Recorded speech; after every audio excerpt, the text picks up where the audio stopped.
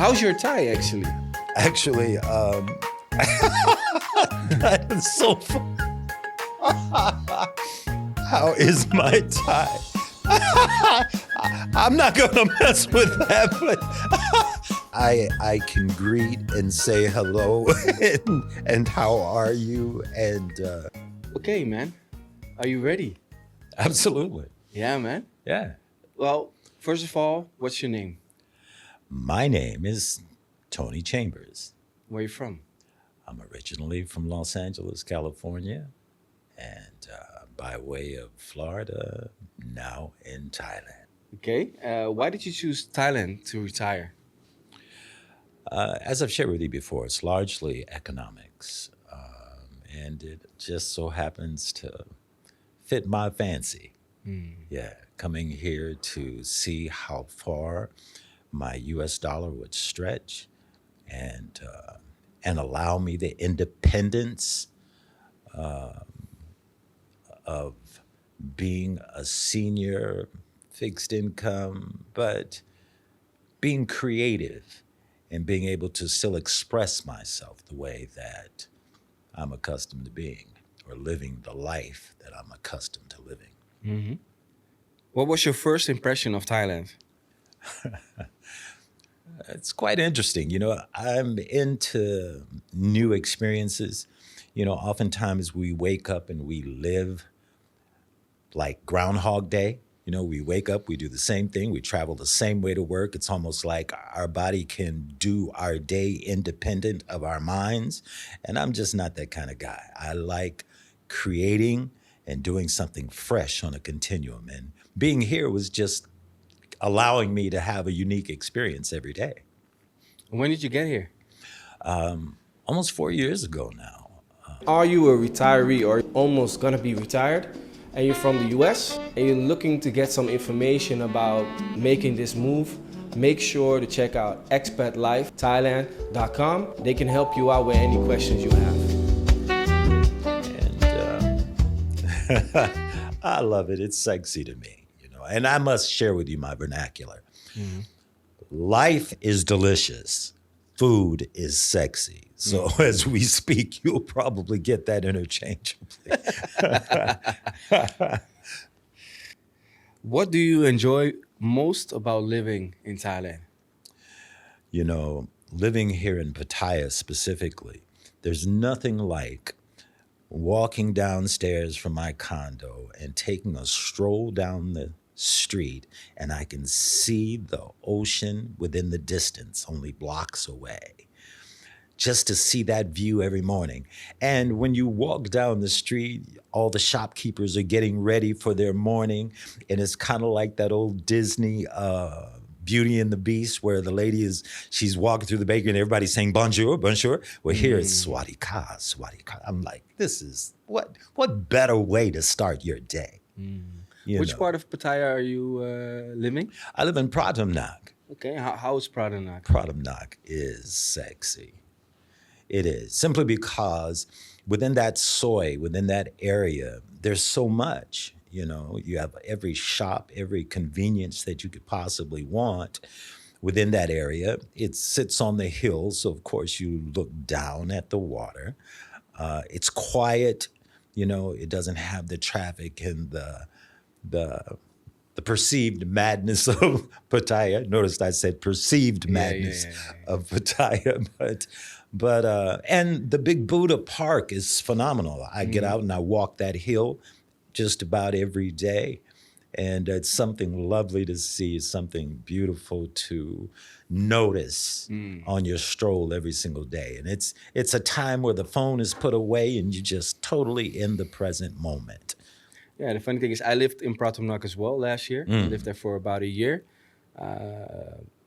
My condo, actually, I could see the top of the Buddha statue. Yeah. And I could see the whole beach road, and you could really see that this is a a 24-hour city. Yeah, that's for sure. It doesn't matter what time of night you wake up, and I looked outside, it's always something happening. Absolutely. Always, always, always. And it's up to you whether or not you participate. 100%, 100%. You know, It's still the thing. The thing is that a lot of people, what you said before about perceived madness, is that the amount of content online about Pattaya yeah. is 99% one street. Soy six. Yes. Walking street. Yes, and Yeah. that just gives a totally different perception of what it is to actually live here, because that's the nightlife. Yes. That's not the daytime life. Actually, it's a misconception. I mean, it's happening, but there's so much more. You know, just the presence, the ambiance of living here. Like just taking that walk, like I say in the morning, going down to the water. I go down there and take a walk. If I'm not walking on the hill, I go down and walk on the beach, come back, stop at the 7-Eleven, have an omelette and a mocha latte or either a green tea. And sit there and look out at the ocean and watch the people go by. And it cost me, what, 125 baht? You know, Well, how much is 125? 125 baht is like $3.20, something like that. $3.10, something like that. Each dollar is 30. Yeah. Yeah. So yeah. About $4. Yeah. Yeah, that's crazy. Yeah. I know, even But it's a for me- lovely omelet, man. No, but like it has nothing to do with the quality. The price, the quality is absolutely. good. Yes. You know, but definitely, I even I'm now almost back for about a year and a half. I used to live here 15 years ago. Yeah. For about 2 years, and even for my first year, I only want the nice restaurants. I'm going to Sky Gallery. I'm going to Lunar. But this is a daily thing. I would start my day like that. Oh my. You know, because Okay. again, I lived in Pratumnak, and 5 minutes on the bike, I'm looking over the sea in Sky Gallery, and I'm having a pad thai and a cappuccino, and that's Right. how my day would start. That's sexy. Now I live on a different side. I live on Naklua, so close to Nomad, where you do your jazz. Yeah, that's a nice beach over there. And very quiet as well. Very nice neighborhood.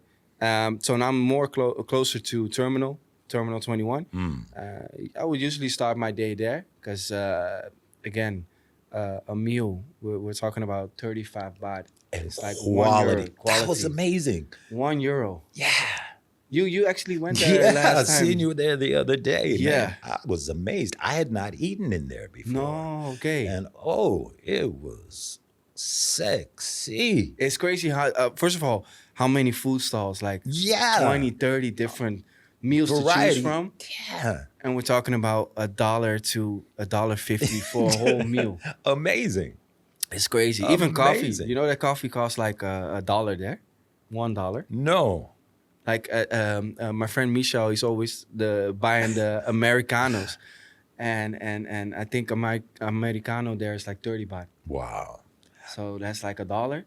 Yeah. Compared That's to all. if you go to all the other more little fancy shops, you're talking about $3 still for Absolutely. for a decent coffee. But yeah, it's crazy. It's crazy how far your money stretches in Thailand It's a in beautiful general. thing. Beautiful thing. It's crazy. Yeah. Yeah. If I met you Wow. 30 years ago, would you have ever believed you'd be living in Thailand at 71? First of all, a lot of viewers don't even believe you're 71. If we go back to the comments, everybody's like at least 30 years younger. This guy is in his 40s. What's your reaction to that? Of the way how people perceive how your I'm your perceived. young, vibrant energy. I'm grateful, first of all, because I've learned here how to take care of myself. You know, the food that we eat on the other side of the world is all poison.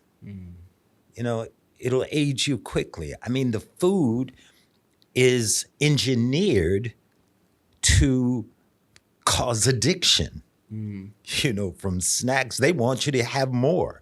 The fructose corn syrup that is in every single thing you eat, the liver does not even process it. So the next largest surgery that's going to take place in the US is going to be liver replacement. That's insane.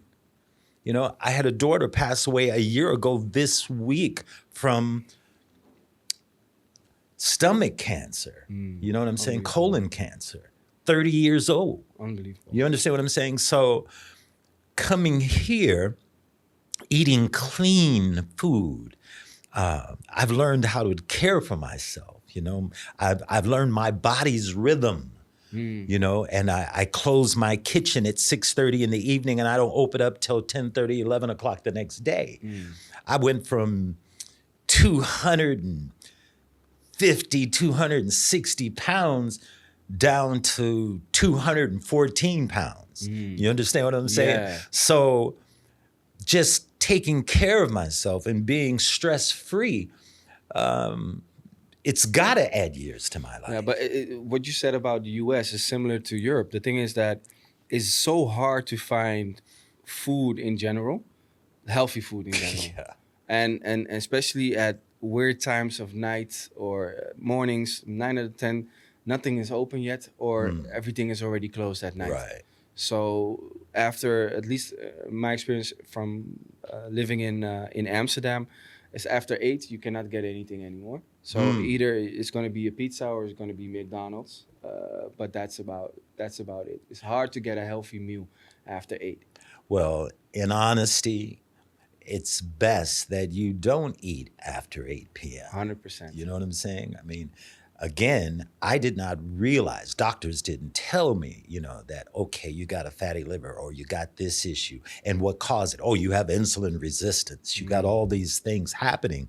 But once I discovered what was the cause of it, and it's cause we're grazing almost 24 hours a day. You know, they first told us, okay, eat something every 2 hours, eat something every 4 hours, and all it's just chaos.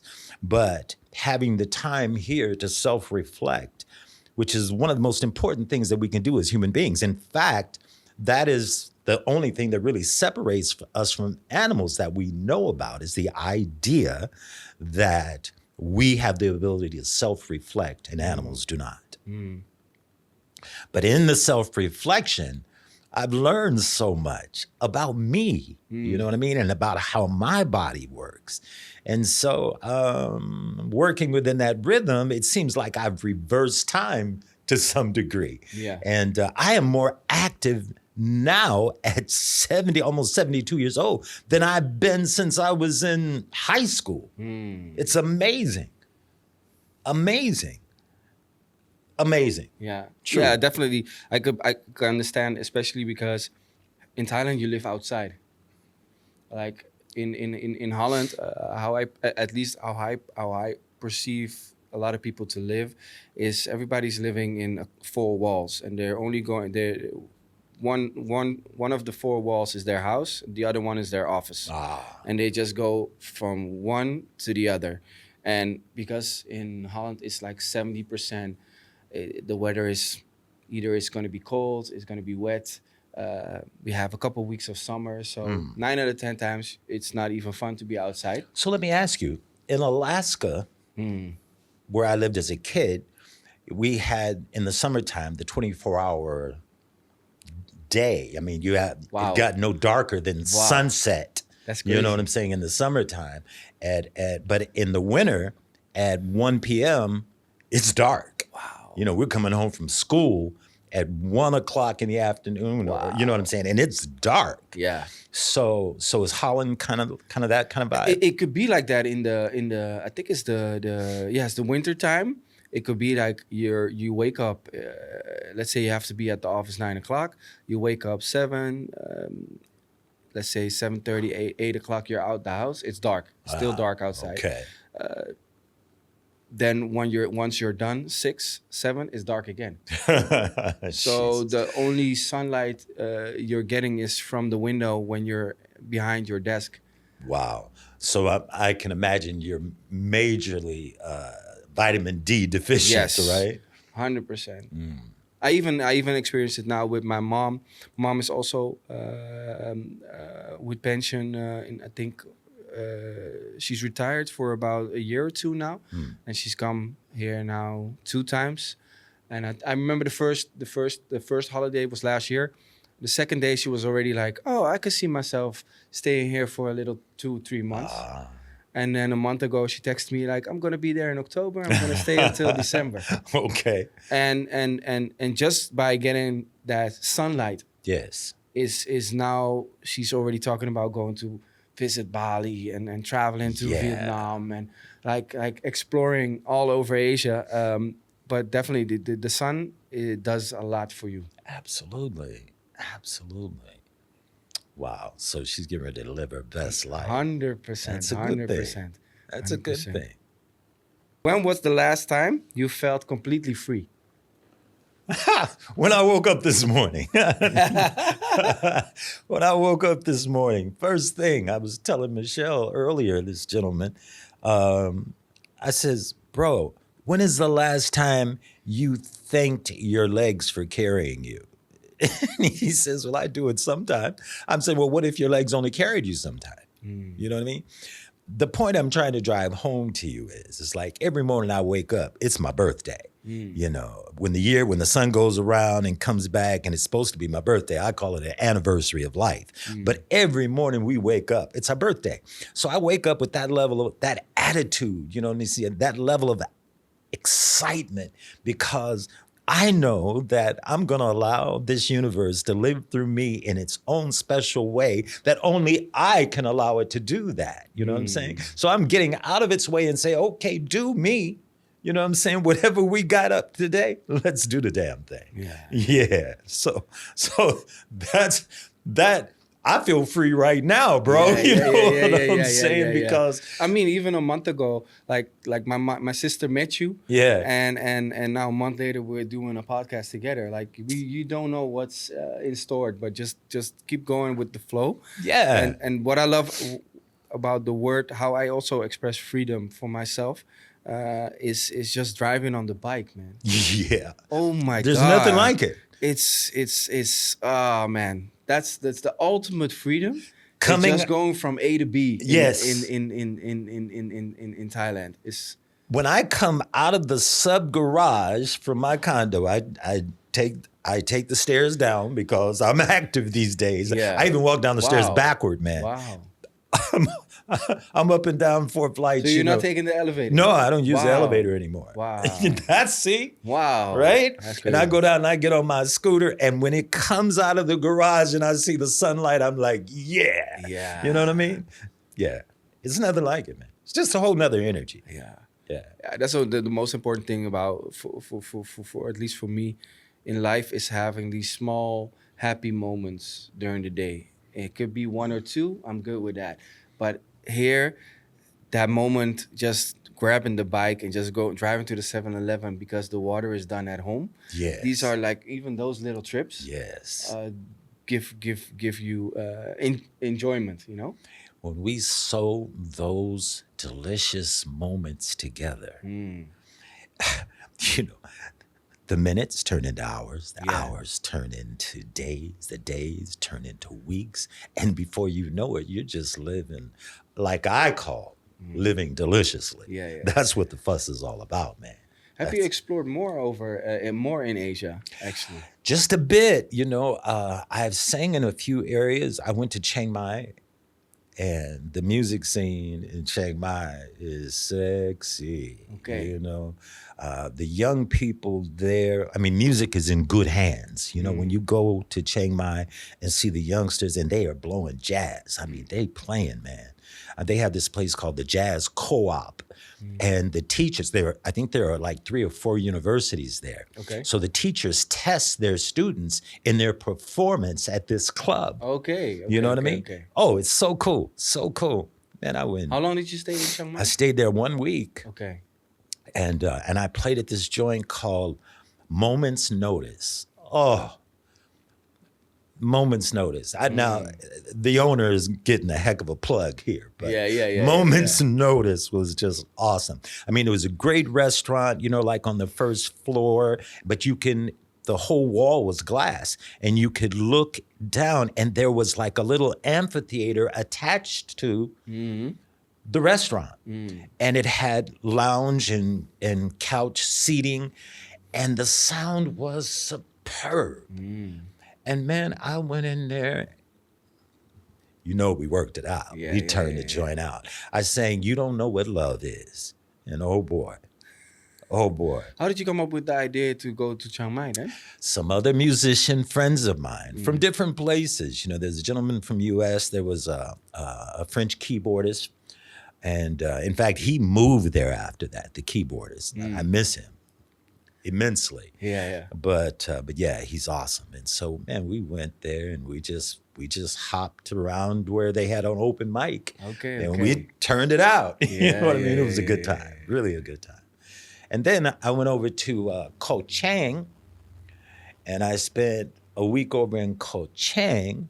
Now, Chang's got the sexiest beaches I've seen in Asia thus far. I mean, Phuket is nice, don't get me wrong, but Chang's beach, the sand is like white powder, baby powder, you know what I mean?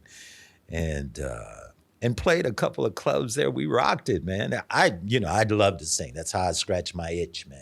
That's my Jones, It's similar to, at least I started DJing when I was 15 but then we had it was a software called PC DJ. Okay. And I didn't even understand the real gimmick, the real, how you say that, techniques behind mixing. Okay. I just put 2 songs on each side and just stop, play.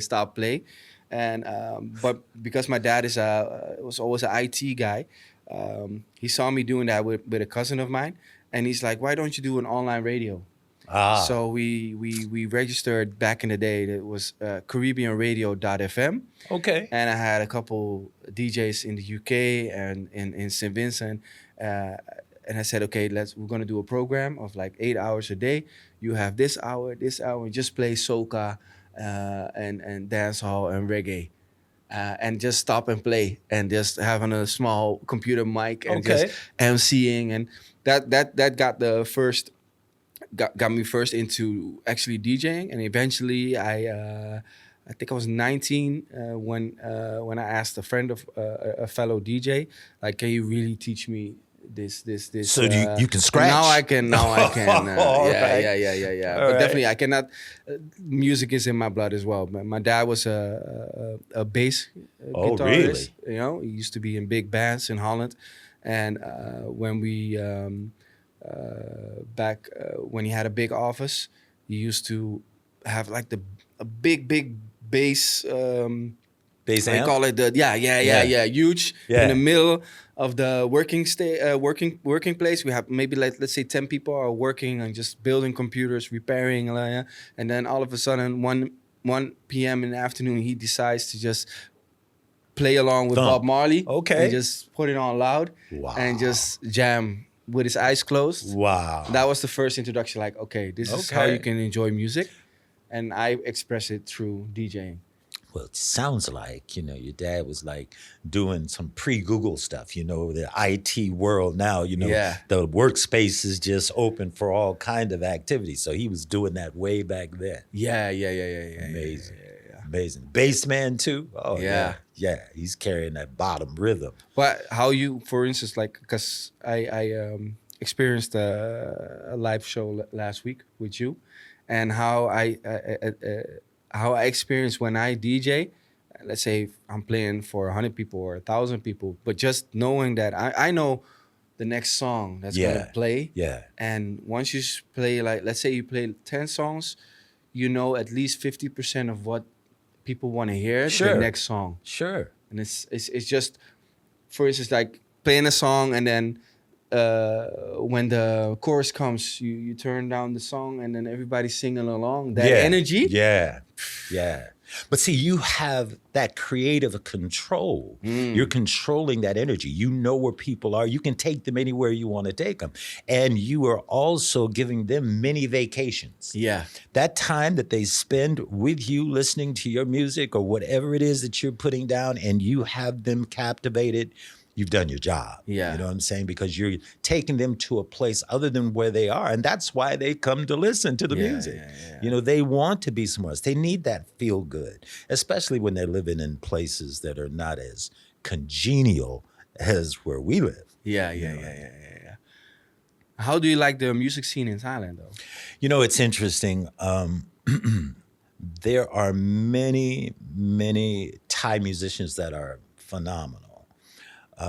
But because they're playing to tourists, oftentimes, you know, they're doing the Beatles catalog, you know, everybody requests, do Hotel California, you know what I'm saying? We don't even do that stuff, you know, like me. The band members are the guys that I play with. Please don't request. We don't know Hotel California. We don't want to do that song. But it's about more than just playing the music mechanically. For me, it's about telling the story. It's about conveying the message of that song, to tell the story and to evoke the emotion from the audience so that they're sitting at the edge of their seat, feeling your next note, feeling your next intent, because that's what I was taught, that a singer is a minstrel of song. He's a storyteller in song. And that's what I do. Do you know that Thailand actually has a very huge hip hop scene?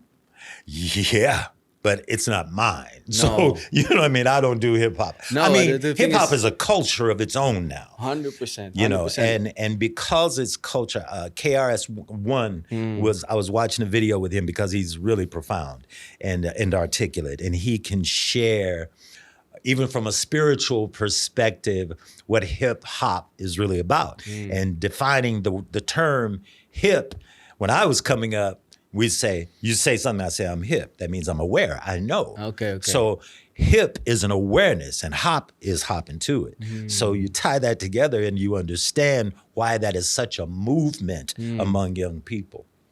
Because I started doing music in Thailand almost 10 years ago. Yeah. And the first song I did was with a legend here. His name is Khan from Titanium. He started a rap group, three guys, but all of them, one time in their life, grew up in New York. Okay. So that's where they started. Yeah.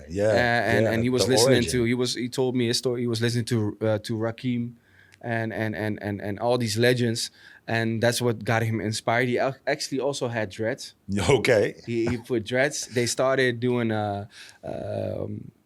they started the hip hop group when they were all living in New York, and just sending letting people burn CDs in Thailand and handing them out in Bangkok. Yeah. And then it started going viral in that day and age. We're talking about 25 years ago. And then they ended up saying like, okay, we're gonna go back and see if this works. And they became the biggest rap group in Southeast Asia. And it's crazy, you know? It is amazing, the power of Black culture. A people whose culture has been gentrified throughout history. And the hip hop culture is no different, that it comes from us, but it's contagious. You understand what I'm saying? The energy and the power that the universe continues to express through us as a people, and how it carries over across the world. You know, with so much oppression in the process, it's amazing. Yeah, it's crazy. But It's amazing. Especially because hip hop, it actually blew up a couple. I think maybe, in my perspective, about 7 years ago, they had a TV station here, a TV program in Thailand called The Rapper. It was something like Really? The Voice, where they had all these youngsters come in and just perform, and then end up at the end of the program, somebody was the winner. But that show became so big that I think hip hop became #1 in the music genre overall in Thailand. I would not be surprised It's at great. all. Like before, it used to be rock and pop. Yeah. That was the biggest. And now the hip hop stars are the superstars here in Thailand.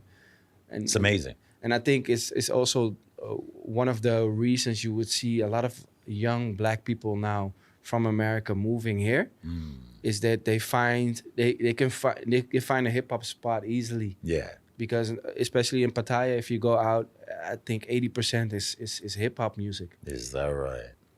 100%. If you go to the tunnel or you go to 808, it's hip hop the whole week through.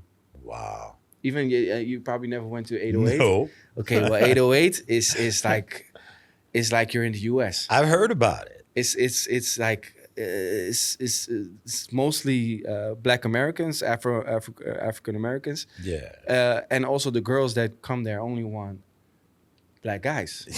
We'll But it's see. funny because you see them with the They're all braided hair and they're wearing the American style. Absolutely. And I think the first time I experienced that was like 20 years ago. I was like, wow, it's crazy. You have this. It used to be a club called Flex, and it's an after hours club. It opened around 4 in the morning. I've heard about that too. And until 8 or 9 in the morning or something, and you will go there and you see all these. They knew all the steps.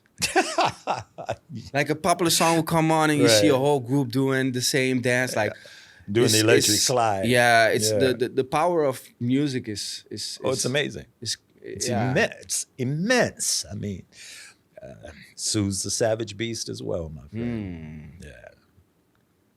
Yeah. As a Black American, has living in Thailand changed how you see yourself? That's an interesting question. I can say that the time to self-reflect, I think I'm a better man as a result of it. I've been married for 45 years, raised 7 children, all to adulthood. And my life was about providing for my family and trying to steal my moments of happiness, along the way. But in honesty, I think I was killing myself slowly. You know what I mean? Carrying the stress, the other activities I was involved with at the time. But before coming here, I had slowed down a great deal. I was doing radio in Florida. I was on the #1 radio station in Florida. I was a love man at night. It was called The Cool Flame. I'm Anthony C., your friend of the night. I play with you and play for you and play all the sounds you love to hear. Yeah. While tickling your mental palate with insights to help move and groove you. It's that kind of thing. But so I had slowed my roll quite a bit, once coming to Florida. But I think Florida was basically preparing me for Thailand because the weather pattern was quite similar, at certain times of the year. And I'd also decided that I was never going to live in cold climate again. I am solar powered. So I'm out in the That's a good one, man. I'm out in the day more than I'm out at that. night. I'm solar powered. Yeah. And so I think that I am a better man overall. I was talking to my family back in the States a couple of days ago, and I tell them I'm clearly not the same. Clearly not the same. But what those unique changes are, I'm not really clear what they are, but I feel different. I feel like I'm really a special kind of guy. Honestly, I think I like myself a lot more. I can give myself a hug.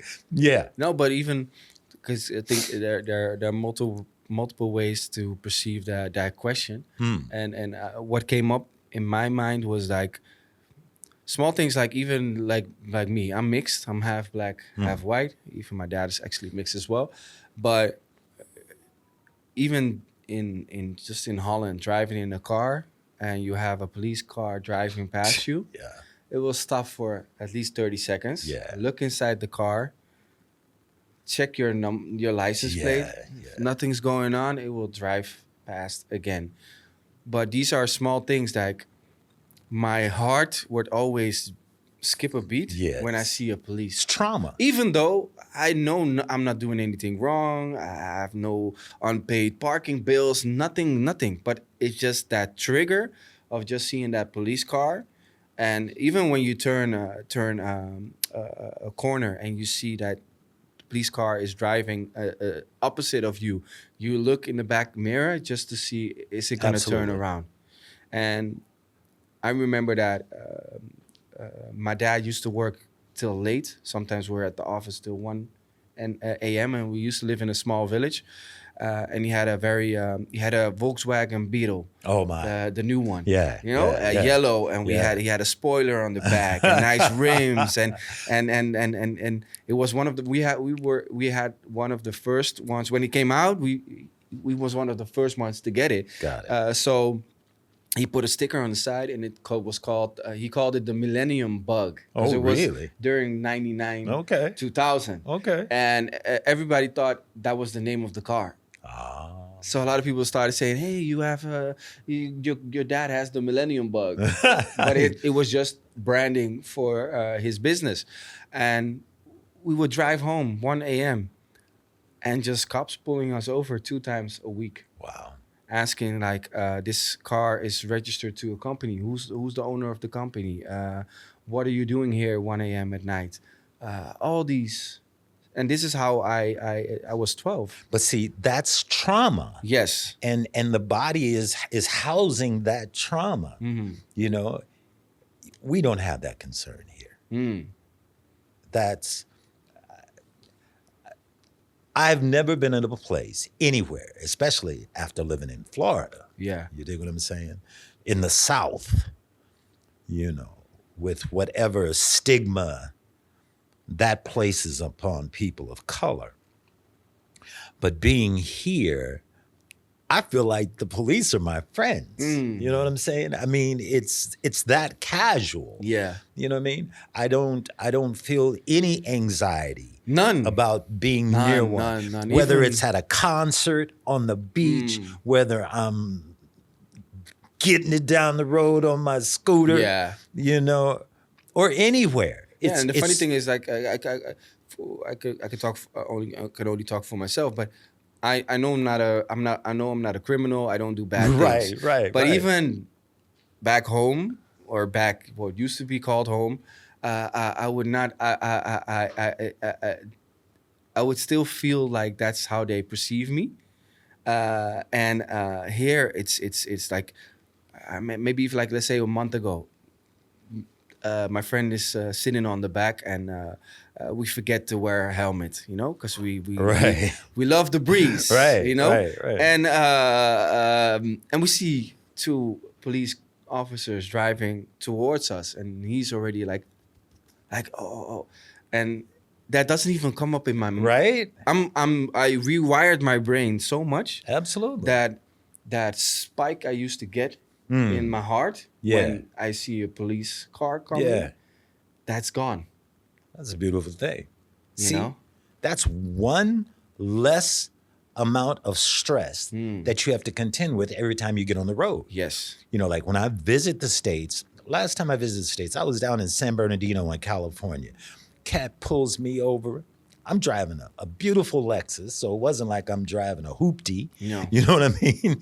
And I'm in San Bernardino. I'm trying to find my way back to the freeway. And so the officer pulls me over, and he asked me for my license. And I pulled out my Thai driver's license. And he says, "What is this?" I says, "It's my driver's license." He says, "You live in Thailand?" I says, "Yeah, I'm here visiting a friend." And the conversation's Totally changed. different. Yeah, he Yeah. wanted to know about Thailand. We start talking and Yeah. having a conversation. And he says, "Look, I got to get back to work. I said, "You stop me, bro." Yeah, You know what I yeah, mean? yeah. I don't know. But yeah, just the just a guy riding in the hood of San Bernardino. I'm visiting an old friend that was like 93 years old, one of my oldest friends. And I had to have that kind of trauma to get back on the freeway to come home. Yeah. You know, this is amazing. But again, that is the husa that we can release of not having that kind of issue here. Yeah.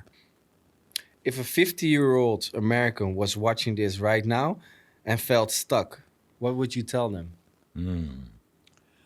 Number one, to recognize the idea of being stuck is in your mind, and that you have to determine, is the dog wagging the tail or is the tail wagging the dog? Meaning, you know, are you thinking with your mind or is your mind thinking for you? Are you operating through pure habit, or can you think independently and do you, whatever that is? But that's the biggest question that they have to ask themselves. You know, am I living my life, or am I living the life that has been expected for me? Or am I living the life trying to match or outdo my cousins or my brother or my neighbor? Or am I really doing me? You see, we were all given control over one thing in our lives, and that's us. We can't control anyone else. We can control how we feel. We can control what we think. Well, that's kind of questionable, because sometimes the mind just runs away. It's like an unruly child. Yeah. An untrained mind will be like a kid running through the store and is going to knock something over or hurt itself. But if we take time to really process our thoughts, they say 60,000 thoughts go through our mind every single day. But the question is, how many of those thoughts are thoughts that we have chosen? Is it just random? Are you picking up, you know, we're like radios. We're picking up signals. And are the signals that we're attracting and that we're allowing into our being, is any of it original? You know, or are you picking up the effluvia of the masses? That's what, because I was thinking about what I heard that Michael Jackson was when he had an idea for a song, even if it was late at night, he will make it directly, because he thought if he didn't make it, the Prince will get it. And this is similar to that, what you're talking about, the energy that's going around, and we're all receiving. We all have that antenna. But he also gave you some insight to his consciousness, his awareness that we are all, you know, understand, we are all connected to this mass consciousness, the quantum field. I don't want to get in the Twilight Zone on you, but no, but that's how I also look at if I'm talking to somebody about energy, I always use the example of radio. Like, okay, how is that there possible that this little machine right here is picking up energy from something could be on the other side of the world? I mean, like we don't see energy, right? But it's happening. Oh, it's happening. So once you're more conscious about it, and that's what I actually like about doing content now as well, is that we're telling a story about living in Asia, and these are not written in books. So it's not like if you grow up in the US or in Europe, everybody has, you go to school, you study, you either become an accountant, a lawyer, a doctor, whatever. Right. Now the problem is, because of AI, there's not a lot of stuff going to be left to actually do in the future. But there's no book that you can buy in the US that says how to retire in Asia. Okay. It's not in the menu. Okay. You understand? Right. This is very original. Like it's like now, because of YouTube and all these like everybody can create their own platform.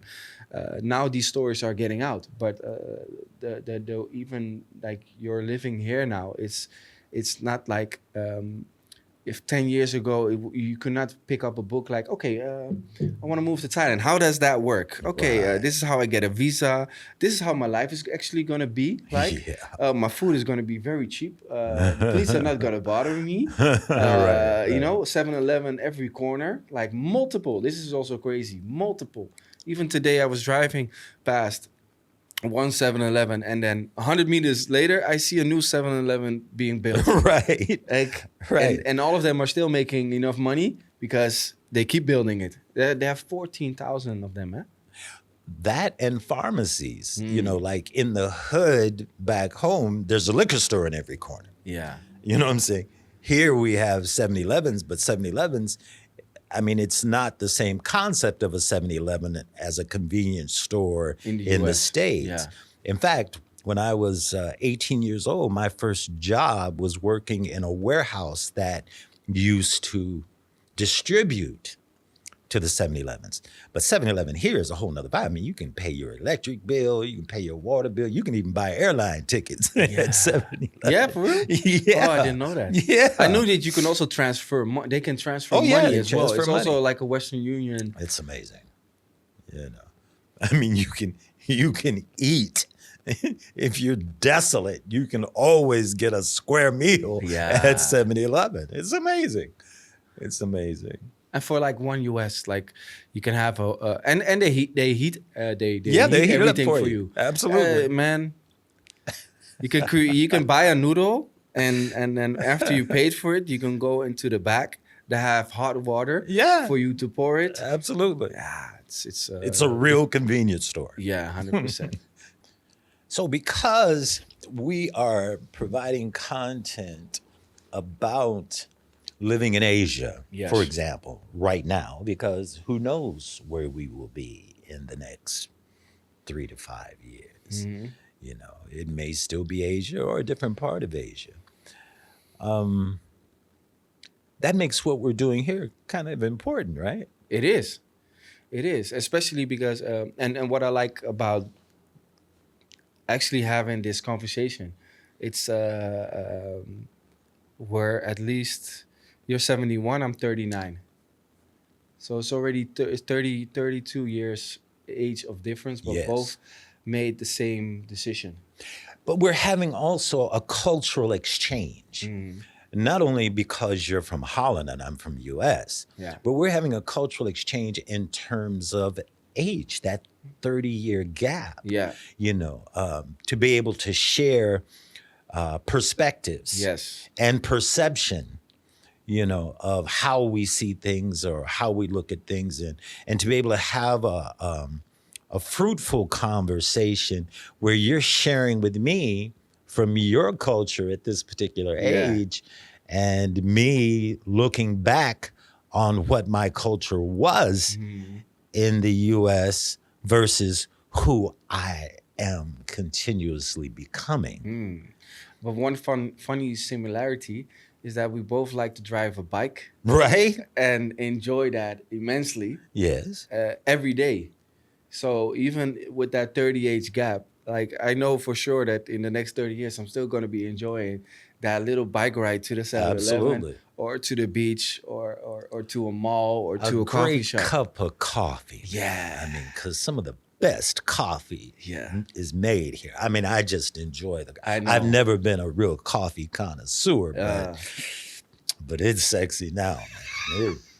No, but definitely, man. Yeah. Even salted caramel, latte macchiato, cafe latte. Yeah. Man, even the have you tried matcha?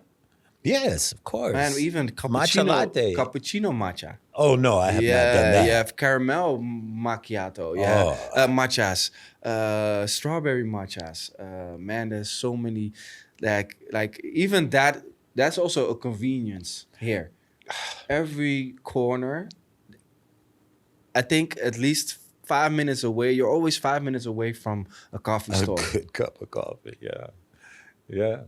And the matcha and green tea is so good for an ageless man. You know, I mean, it's having 2-3 cups of matcha or green tea in the run of the day does wonders for the body. And do you like? Because I'm actually thinking about the amount of water I'm drinking Yes. since I'm living in Yes. Asia. I would forget when I'm in Holland. Yes. I will forget to drink water, at least. It wouldn't even pop in my head, but here at least 1 liter or 2 liters. It's just a basic It's necessity. a natural thing. But it's also good to yeah. keep cleansing your body. Yeah. Yeah. I mean, amazingly so. Because by the time you reach my age, the many times that we have forgotten to drink water has caused dehydration, which does take a toll. Yeah. So I think coming here was the right time for me. I think I can't, because it was all happenstance or serendipity, whatever you want to call it. Yeah. But I'm where I'm supposed to be. And I honestly believe and feel that. Yeah.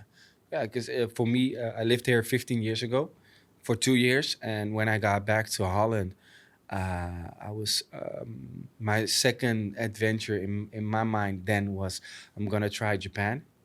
So I was already exploring online Tokyo. Okay,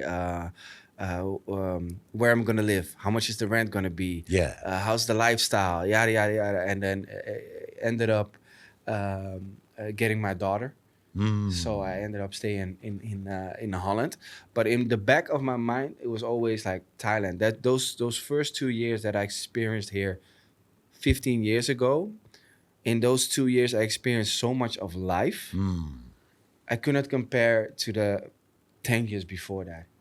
Well, share with me. I mean, what was the experience that? I think like 15 years ago when first of all, the digital nomad thing was not even a thing. Right. Like I'm born in IT because of my dad, so I didn't know anything else than having a computer and having internet and be able to make money.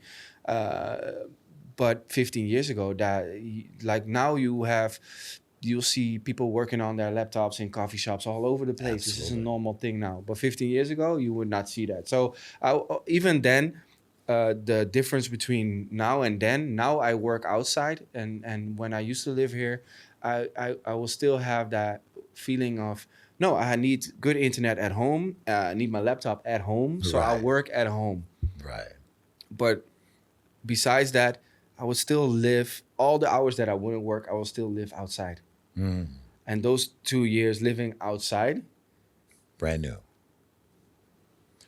Well, how much do you appreciate your dad now being as innovative as he was? You probably didn't think he was being innovative at all. No. By the fact of, he's moved to Holland, right? Yeah. But this guy has come from St. Vincent to, you know what I mean? Started a business, musician. I mean, he's a trendsetter. Yeah. He's my hero, and I've not met him yet. You know what I mean? We're definitely gonna meet him this year. Yeah. But for really, like imagine like he has a similar skin color to you. Okay. Right, and we grew up in a small village, so let's say it's 99% white, mostly white people. Yeah. So, and we're talking about he started his business 35 years ago. So it was totally different to be a black person back then. I betcha. Even when I remember that the stories he told me that he started in Amsterdam and he would go to a reggae party and in front of the door they will tell him there's no blacks allowed tonight. Now that's amazing, right? You know? Yeah. This is 40 plus years ago. Of course. So his perspective on living in a European country was totally different. And besides that, he didn't see any hurdles. He built He built a big company. Yeah. He had 30 staff, 10 cars in front of the door. Like he was very, very successful. And always IT minded. Yeah. We were born with computers in our bedrooms. Like this is normal. Wow. This is the time that computers would cost $5,000 US. Yeah. And we have me and my sisters. Everybody would have their own computer in their bedroom at 10 years of age. The way most people have TVs in their bedrooms. Yes, we will have computers. That's amazing. I remember if I go to friends' houses, they will have one in the living room. And they had to share. Wow. And we had it in our own bedroom. So just think now, Lennox. you are a technological native. I'm the immigrant here. Yeah. Okay, in that world. And I thank you. I want to tell you this. I thank you for bringing me into your environment, because I'm I'm an immigrant here, and being on this show right now and introducing me to this medium is pretty special, and I just want to thank you for that. Well, you were always in this space anyways, because you used to be a radio host. Well, I mean, I've done internet radio. I used to do it when they were calling. They're talking podcasts. I mean, what the heck is a podcast, dude? Yeah. You know what I mean? But I was doing content as a life coach. I would create a show where I would give a message of sorts for just to cause people to think differently than their traditional way of thinking. And then I'd place music around it that would, accentuate the lesson that I was sharing. But I didn't realize that it was a freaking podcast. I still have the stuff, on my computer somewhere. Yeah. But just,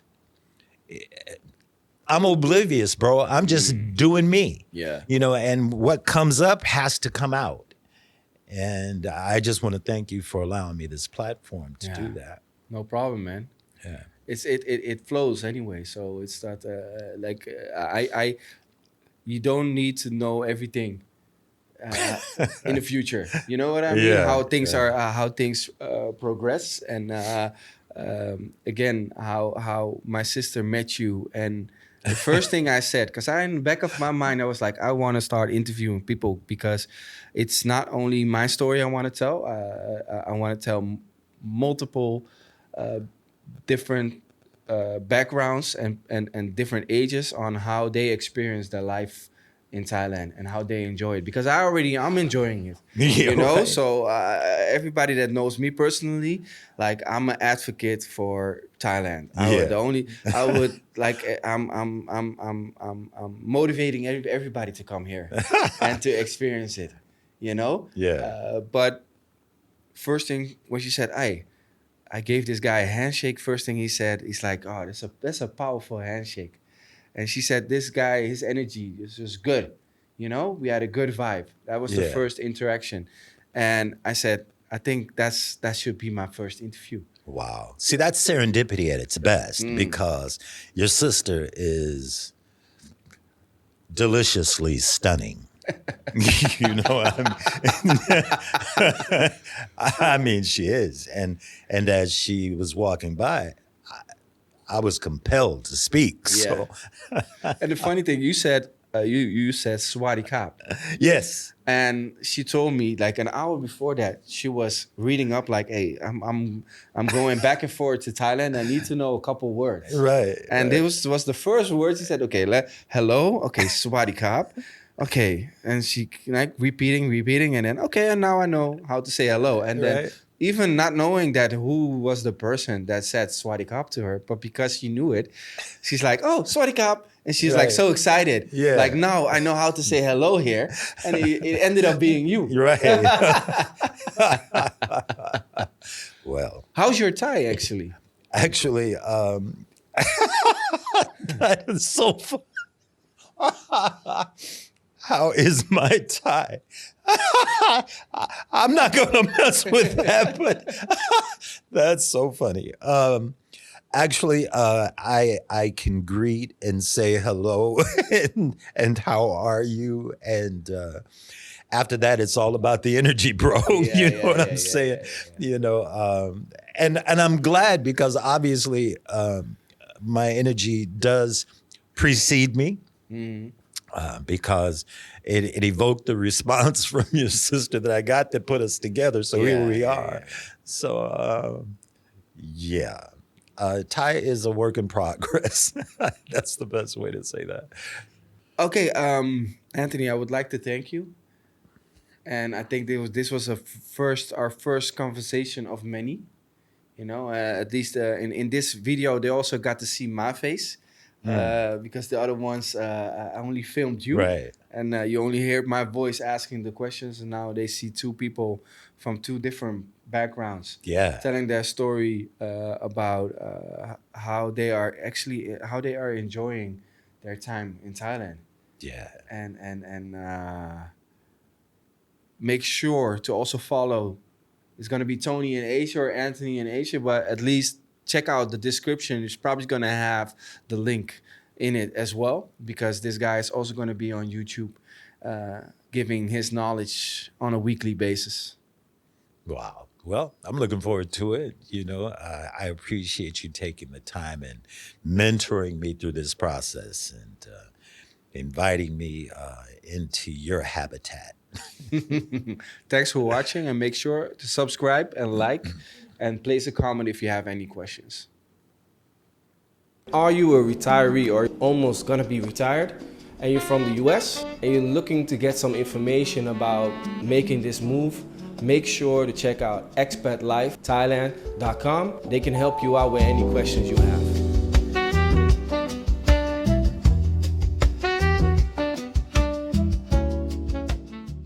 My name is Lennox, and you just watched my channel Travel with Lennox, where I'm exploring Asia. Right now I'm in Thailand, my home base, and from here I travel to Singapore, Kuala Lumpur, Taipei, Osaka, Tokyo, you name it. I've probably been there or I'm gonna visit. Oh yeah, if you have some tips where to go, make sure to drop a comment. I'll reply personally. Subscribe, like everything, check all the videos.